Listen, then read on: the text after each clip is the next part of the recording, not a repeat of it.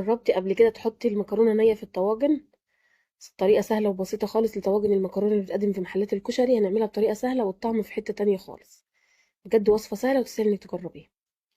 معلقتين اتنين زيت وتلات اربع فصوص توم، هنزل عليهم بعصير طماطم وابهر الطماطم دي بملح وفلفل اسود وكمون، واضيف عليها 4 كوبايات من الميه. انا عايزه اعمل صلصه خفيفه للمكرونه مش صلصه تقيله.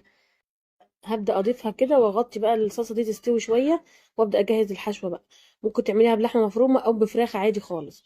معايا هنا معلقتين من الزيت ومعلقه من السمنه كده، وابدا انزل باللحمه. اعصج اللحمه دي كده بالشكل ده لحد ما تبدا تغير لون كده. كلنا عارفين ان اللحمه بتتعصج ازاي، بس دي طريقه حلوه برضو وسهله واقتصاديه كمان. هبدا انزل عليها ببصلايه مفرومه بالشكل ده،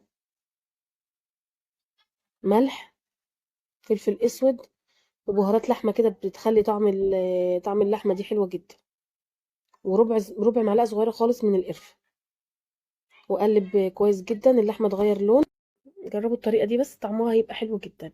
وبعدين هنا لو عندك فلفل اخضر او فلفل الوان، احنا عايزين الكميه تبقى اقتصاديه يعني تكفي عدد كبير.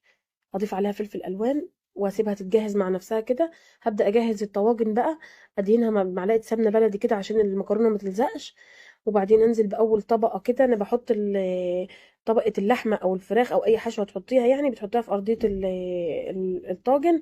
واهم حاجه قبل ما تدخلي الطواجن الفرن لازم تحطيها في صينيه الومنيوم بالشكل ده عشان الطواجن ما تفرقعش منك يعني. وابدا انزل بالمكرونه نيه كده، ما تسلقهاش ولا اي حاجه خالص، تنزلي بكميه المكرونه نيه كده. والصلصه زي ما انتم شايفين القوام بتاعها كده بيبقى خفيف مش تقيل. هبدا هبدا انزل بالصلصه على المكرونه كده، اغطي وش المكرونه خالص بالشكل اللي انتوا هتشوفوه ده. طريقه سهله وبسيطه، وبجد العيال بيحبوا الطاجن ده جدا. كل العيله بتحبه يعني. بيبقى القوام بالشكل ده كده، تبقى الصلصه مغطيه المكرونه زي ما انتم شايفين كده. بعدين هبدا بقى اغطيها الاول بورق زبده، بس انا ما كانش عندي ورق زبده، وبعدين اغطيها كمان بورق فويل عشان تحبس الحراره وتسوي الطواجن دي بشكل كويس جدا. اكون مولعه الفرن على درجه حراره 200، الشبكه في الرف الوسطاني. اغطي كل الطواجن زي ما انتم شايفينها بالشكل ده. سامحوني بقى على التصوير، ده كان اول فيديو اصوره خالص من اول ما فتحت الصفحه دي، فالتصوير ما كانش مظبوط قوي، بس حبيت اشارك معاكم الوصفه يعني. بتاخد حوالي 40 دقيقه في الفرن، بتطلع بالجمال ده. ريحتها وطعمها بجد حلوين جدا، حلوه قوي في التقديم، طعم وشكل وريحه وكل حاجه. قدميها وان شاء الله الوصفه تعجبك. سهله وبسيطه وتغيير عن المكرونه بشاميل والحاجات دي، وزي ما قلت لك تنفع بلحمه او فراخ. وممكن تخليها انت اقتصاديه جدا، بتزودي